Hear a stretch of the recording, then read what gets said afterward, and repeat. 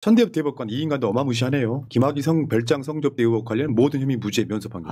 신천지 이만희 코로나 방역 방해 무죄 판결. 이수경 대법관 딸 편법 증여 의혹. 비상장 주식 사서 5년 후 아버지에게 63배 차익 남기고 팔아 7억 빌레 갭 투자까지. 얘네들은 이렇게 일상이라니까. 일상이네. 희대의 매국노 이완용. 네. 이완용이를 많은 사람들이 암살하려다가 결국 이재명 의사가 찔러서 죽을 때까지 그거 후유증으로 죽어요. 아마 이재명 후보의 생각도 비슷할 텐데 저런 아이들한테 좋은 나라 물려주는 선배가 돼야 되는 거예요. 그렇죠. 맞습니다. 맞습니다. 저는 그게 가장 큰 목표라고 생각을 합니다. 지금 조이대 재판들 한번 보겠습니다. 어떻게? 진짜. 다 읽어요 지금. 토 나올 것 같아. 토 나올 것 같아. 자, 특히 성범죄 저지르면 꼭 만나야 하는 희대의 재판관. 1번 15세 임신시킨 40대 그루민 성범죄 사랑이라며 무죄. 2번 여경찰관 성폭행 시도한 미군 심신미약 이유로 무죄. 3번 피해자 싫다 표시안에 가슴 만진 혐의 무죄. 4번 댓글 조작 사건 원세훈 국정원장 선거법 위반 혐의 무죄 취지의 소수 의견. 5번 최순실 국정농단 주심 박근혜 뇌물 강요 혐의 무죄 취지 소수 의견. 6번 문화예술계 블랙리스트 사건 무죄 취지 소수 의견. 7번 연인 농약 먹여 살해한 독살 혐의 18년에서 무죄로 바꿔줌. 와. 자, 중요 사건도 이렇게 엉망으로 개판으로 이렇게 재판을 했다라고 하면 드러나지 않은 봐준 사건, 이상한 왜곡된 판결 얼마나 많을지 상상도 안 가고요. 맞습니다. 그래서 사법부를 개혁하는 것 중 대단히 중요한 게 뭐 대법관 뭐 늘리는 것도 있겠지만 그거보다 더 중요한 게 저는 판결문 공개라고 하거든요. 지금 검색해 보면요, 사건의 주요 사건 키워드로는 검색이 되는데 그 사람으로는 사건이 추적이 안 돼요.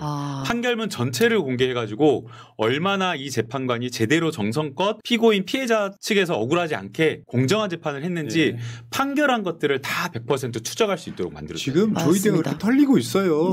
이거 지금 노태우 정부 때 기사인데요. 다 읽어드려 볼까요? 지난 2월 16일 서울형사지법 조희대 판사는 지난 11월 백영협 판사에 의해 기각된 인천 부천 지역 민주노동자회 소속 노동자 6명 중 5명에 대한 영장을 발부했다. 검찰은 백 판사가 인노회는 이적단체가 아니라 노동운동을 목적으로 한 단체라는 이유로 영장을 기각하자 소위 TK 출신인 조희대 판사가 당직인 날 구속영장을 청구해 날치기로 받아낸 것이다. 한편 인노회는 조 판사의 기만적인 구속영장 발부 사태에 대해 노동운동하자는데 이적단체 웬 말인가 라는 성명서를 발표했다. 그러니까 지금 이게 이런 게 있어. 아까 그 동아일보의 칼럼 제목처럼 비슷하게요. 이런 판결할 때 어디 출신인가가 중요한데 조희대는요, 그냥 일반적으로 저 인노회라고 하는 노동에 관련된 단체를 이적단체, 쉽게 표현하면 북한 빨갱이라고 영장을 발부해버린 거야. 그런 놈이야. 그래놓고 원세훈한테는 무죄를 주잖아요. 댓글 조작 사건. 미친 새끼 아니에요 진짜. 이거 희대의 판사네요. 조희대 관련해갖고 또 다른 자료도 있습니다. 인사청문회 당일 사건 기각, 조희대의 범죄 세탁 의혹. 2023년 11월 대법원장 후보자로 지명된 조희대는 당시 삼성 대치동 부동산 관련 소송에서 삼성의 편을 들었다는 의혹으로 직권남용 혐의의 재항고 사건이 대법원에 계류 중이었다. 이 사실을 청문회 직전인 12월 1일 인사청문회 준비팀이 알렸고 청문회 당일 해당 사건이 기각 처리됐다. 조희대는 대법관 시절 박기택 변호사와 삼성 메디슨 간 920억 부동산 소송에서 상고 이유를 조작해 삼성의 편을 들었다는 의혹을 받고 있다. 대법원에서 박기택 변호사가 승소했음에도 파기환송심에서 대법원 결정을 뒤엎고 삼성의 손을 들어줬고 재상고심에서도 상고 이유를 살펴보지 않고 기각시켰다. 이 사건 주심 대법관은 이흥구 대법관으로 1년 6개월 동안 판단을 유보하다가 조희대가 대법원장 후보로 지명된 상황에서 인사청문회 당일 기각 결정을 내렸다. 이는 대법원장 지명자가 피의자로 계류 중인 사건을 세탁하기 위한 직권남용 의혹을 불러일으켰다. 그러니까 지금 제가 봤을 때는요, 대법관들 대부분 다 잡범들 출신 그런 느낌이야. 사회적으로 존경받는 그런 사람이 아니라 대법관이 돼서 했던 판결들을 보면 이 새끼들은 그냥 법비로구나. 왜 무죄를 주겠어요? 그 사람한테 아무 상관없는데 명백한 사회적 그룹 공분 일으킨 범죄를 무죄를 왜 줍니까? 뭔가 있어. 뒤에서 뭔가 있다고. 뭔가 있죠. 그렇게 해가지고 다 이런 방식으로 했던 그 조희대, 그렇다 보니 약점이 잡혔을 거고 윤석열의 내란 하수인으로서 계속 말씀드리지만요, 계엄이 성공을 했으면 판사들 대부분 다 파견 나가야 돼요. 군사재판은. 서영교 의원님이 엊그저께인가요? 법사위에서 좀 중요한 이야기를 하셨는데 제보받은 이야기 하셨잖아요. 조희대가 그 윤석열과 친구인데 그 조희대가 이재명 대표 사건이 올라오기만 하면 자기가 처리해주겠다라는 이야기를 했다라는 이야기를 존경하는 서영교 의원님께서 하셨습니다. 자, 그다음에 천대엽. 좀 멀쩡해 보이긴 해요. 가끔씩 국회 나오는 거 보면. 천대엽도 한번 보겠습니다. 천대엽 대법관 이 인간도 어마무시하네요. 김학의 별장 성접대 의혹 관련 모든 혐의 무죄 면소 판결. 신천지 이만희 코로나 방역 방해 무죄 판결. 그나마 멀쩡해 보였던 분도. 그냥 음흉해 이 사람 보면 기본적으로 봐서 이 사람이 그저 그 국회에 이번에 나왔을 텐데 이런 상황에서 지금 천대엽이 한결문 다 읽은 걸로 안다 뭐 이렇게. 스캔해서 읽었다 그러죠.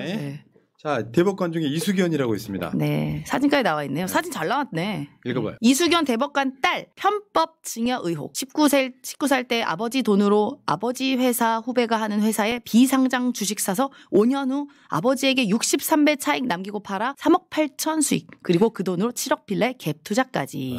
얘네들은 이런 게 일상이라니까. 일상이네. 대법관들이라고 하는 것들의 법 기술은 이런 식인 거야. 내 이익을 위해서는 편법이란 표현에는 불법도 아니고 불법이 아닌 것도 아닌 것들이 편법이거든.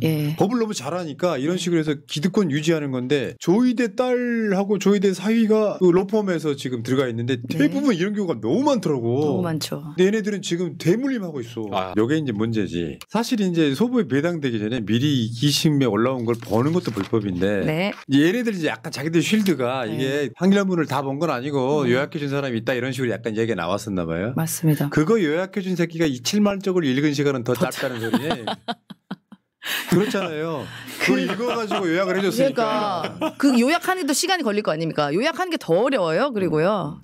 그리고 그 7만 페이지가요. 박정희 구미에는 박정희 동상이 5m거든요. 근데 이 7만 페이지를 쌓으면 구미의 박정희 동상보다 더 높은 7m가 넘습니다. 그거 언제 다 스캔 못해. 그 안 읽어도 된다. 뭐 꼭 읽어야 되는 거 아니라고 말하는데 이 말이 안 되는 게요. 1심 판결이 뭐가 잘 됐냐 못 됐냐를 보려면 안 읽는다는 건 말이 안 되잖아요. 상식적으로도. 그렇죠. 이거는 무죄 취지로 난 것을 파기환송하기 때문에 유죄로 바꿔야 되기 때문에 법리 판단이 아니라 사실까지 다 들여다봐야 된다. 봐야 됩니다. 그러니까 사실까지 들여다본다는 것은 결국에는 기록을 다 봐야 된다는 거예요. 쟁점이 되는 거예요. 그럼요. 근데 그걸 어떻게 보지 않고 날림으로 9일 만에 한다라는 거예요. 그러니까 일단 이 국민적 정서에서 제가 민심 정치를 계속 하고 있잖아요. 사람 되게 황당해. 대충 어떻게 이미지가 남아있냐면 판결문도 안 보고 지금 돌려보냈다면서 이런 이야기를 되게 많이 하시더라고요. 맞습니다. 자, 그 다음 한번 볼게요. 박선원 의원 페이스북입니다. 조이대 대법원장 그리고 9명의 재판관 들으시오. 서류 열람은커녕 컴퓨터 자료에 로그인 안 하신 분들이 있거든. 사퇴하십시오. 사퇴하십시오. 이게 돌면서 박선원 의원이 정보가 뭐 알고 이거 있다고 보시는 것 같아요. 로그인 안 한 사람이 있어. 사실 이야기 들어보니까 로그인 자체를 할 줄 모른다는 얘기가 있어요. 근데 어떻게 그거를 그러니까 전자문서를 사실상 보지 않는다. 안 보고 읽었다는 건 안 보고 어떻게 했지? 저는 우리 국민이 대단하다고 느끼는 게요. 이틀 만에 100만 명 채우는 거. 맞습니다. 이틀 만에. 이거 여러분 자부심 가지셔야 돼요. 100만 명이라는 숫자가요. 어마어마한 거죠. 이틀 만에. 이게 며칠 걸렸던 게 아니라 이틀 만에. 이틀 만에. 5월 3일에 시작했었거든요. 그게 분노 게이지가 엄청 높다는 뜻이잖아요. 자, 예전에 그 박찬대 의원이 국회에서 국민의힘 국회의원들 이름 다 불렀던 기억하시죠? 네. 맞아요. 돌아오십시오. 사법 쿠데타 10적. 조이대 사퇴하십시오. 박영재 사퇴하십시오. 신숙희 사퇴하십시오. 권영준 사퇴하십시오. 오석준 사퇴하십시오. 잠깐만 너무 우리가 말을 올린다. 그러니까 사퇴해로 끝내. 사퇴해라 그래야지. 자, 서경환 사퇴해라. 엄상필 사퇴해라. 노경필 사퇴. 이수견 사퇴해라. 마용주 사퇴해라. 요거 그냥 박제예요, 박제. 그러니까 지금 저 사람들이 하나하나씩 판결했던 것들이 다 지금 까발려지고 있잖아. 그러니까 이런 사태가 없었으면 조용히 묻어갔을 일들이 어떤 놈들을 대법관으로 만들어 놨는지를 적나라하게 볼 수 있는 거예요. 맞습니다. 여러분 다른 걸 떠나가지고 저 조이대란 놈이 진짜 48살짜리가 어떻게 14살짜리를 임신시킨 거를 무죄를 줍니까? 사랑이라고 합니다. 사랑. 그럼 모든 성폭행 행위는 사랑이라고 퉁치면 다 무죄되겠네요? 이거 여성단체에서 들고 일어나야 되는 문제입니다. 여성단체에서. 저런 놈들 중에 있잖아요. 이제 로펌 같은데 의견서 써주고 로펌에서 막 10몇억 20몇억 벌어. 내가 그 주말 연설에서 했던 얘기인데 연수원 시절에 보통 이제 자기들끼리 연수원생들이 동아리를 만드는데 그 중에 보통 이제 형사법 연구회, 민사법 연구회 가지고 이제 뭐 내가 변호사가 되거나 뭐 민사 소송 관련한 변호 돈 벌려고 하는데 이재명 후보만 노동법 연구회를 만들었다는 거예요. 돈 안 되는 거. 난 돈 안 벌겠다는 거잖아요. 인권 변호사. 근데 저런 애들은 지금 법비로서 법비란 법을 자기 이익의 도구로 쓰는 사람들 법비라고 해요. 자기 죄를 법망을 빠져나가는 건 법꾸라지라고 하고 저 법비들 지금 10명이 지금 대한민국 사법부에 있다는 것 자체 모두 저는 사퇴시키거나 탄핵시켜야 된다고 봐. 맞습니다. 이 나쁜 사람들 사퇴해라. 지금 본인의 존재감을 서영교 목소리를 때문에 문영배 헌법재판관 퇴직하셨잖아요. 네. 퇴직하고 어제 인터뷰 기사를 보니까 그런 얘기 나오더라고요. 평균인의 삶을 벗어나고 싶지 않았다라고 말씀을 하시면서 퇴직 이후에도 절대 이익, 금전적인 어떤 돈 버는 일 하지 않겠다라고 말씀을 하시더라고요. 맞습니다. 그래서 대법관들도 이 존경하는 문영배 재판소장의 삶을 따라갈 수 있도록 이 대법관들 재판 사실 법 벗은 후에 도장값만 5천에서 8천 막 이런다 하거든요. 퇴직 후에 아예 변호사 활동 못하는 그런 법을 만드는 게 필요하지 않을까. 아니 어떤 미친놈 판결이 그 아까 18살짜리 연예기사 대표한테 무죄를 왜 때리냐면 말도 안 돼. 이 사람이 로펌 좀 비싼 데를 사. 근데 그 로펌에는 나랑 연관 있는 사람이 있는 거예요. 그래서 무죄 때리는 거예요. 맞아요. 그다음에 정관 이유가 왜 생기겠어요? 그렇죠. 내가 전관 비리. 내가 현직에 있을 때 정관들을 챙겨줘야지 또 내가 퇴직했을 때 내 후임들이 또 챙겨준다는 그거거든요. 그 관행이거든요. 그렇기 때문에 아예 개업을 못하게 해야 돼요. 네. 역겹습니다. 이게 실제로 이완용의 사진이거든요. 네. 실제 이완용 사진. 누구랑 닮았죠 얼핏 보면. 그러네. 이상하게 닮았죠.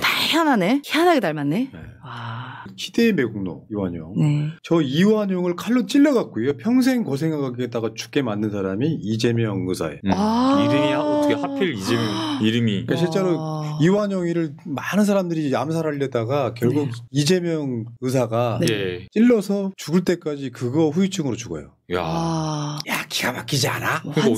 환생하시고. 동명이인이요. 그러니까. 네. 어제 유세 현장에서 어젠가 그젠가 어린아이가 이재명 후보한테 와서 한국 살려주세요 하면서 대통령 꼭 되세요.